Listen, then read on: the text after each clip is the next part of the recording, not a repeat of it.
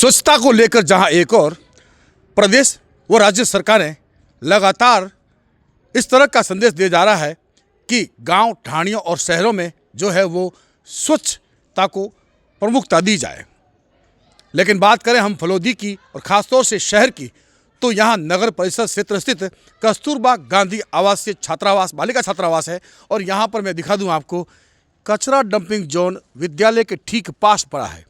और ये dumping zone जो है वो कहीं न कहीं कचरे का अंबार लिए यहाँ के छात्राओं को जो है वो बदबू और ख़ासतौर से मच्छर जनित बीमारियों को खुला न्योता दे रही है। मैं दिखा दूं, ये बच्चे जो आज एनडीटीवी की टीम जब यहाँ पहुँची तो इन बच्चों को लग रहा है कि नहीं, कहीं न कहीं अब जो है इसका निराकरण होगा, लेकिन लगातार कई वर्षों से ये बच्चियाँ जो है अपनी समस्या का जो है अपनी जो यहाँ की वार्डन है, यहाँ की जो देखरेख करने वाले हैं उनसे सूचित करते हैं, लेकिन उन्होंने नगर परिषद को सूचित किया, लेकिन अब तक कोई कारगर जो है वो कार्रवाई नहीं हो पाई। मैं बच्चों से बात भी कर लूँ किस तरह की समस्या है और ये कब से है।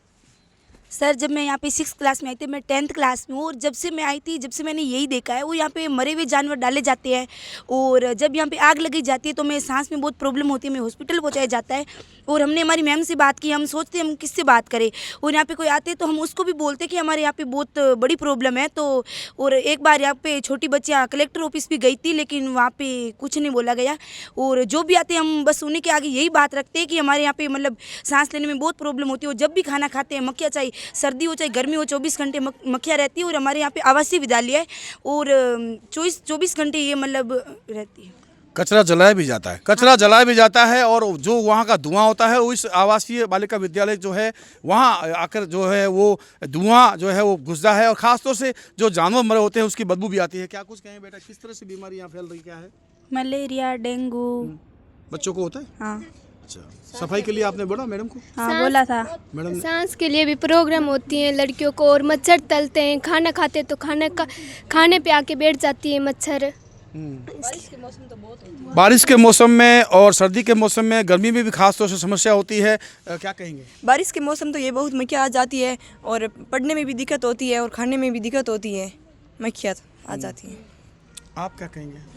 यही है कि बीमारी फैल रही है। हाँ, बीमारी फैल रही है, और यहाँ धुआं भी फैल जाता है तो लड़कियों को बीमारी हो जाती है, हॉस्पिटल ले जाया जाता है, लेकिन यहाँ कोई बदलाव नहीं हुआ। निश्चित रूप से जो है नगर पालिका और अब जो नगर परिषद है वो किसी भी तरह की जो है वो यहाँ डंपिंग जोन बना हुआ है उसको जो है वो यहाँ से हटाने का प्रयास नहीं कर रही है। मैं यहाँ से बात कर लूँ कुछ, किस तरह की जो समस्या का जो है वो आपको सामना करना पड़ रहा है?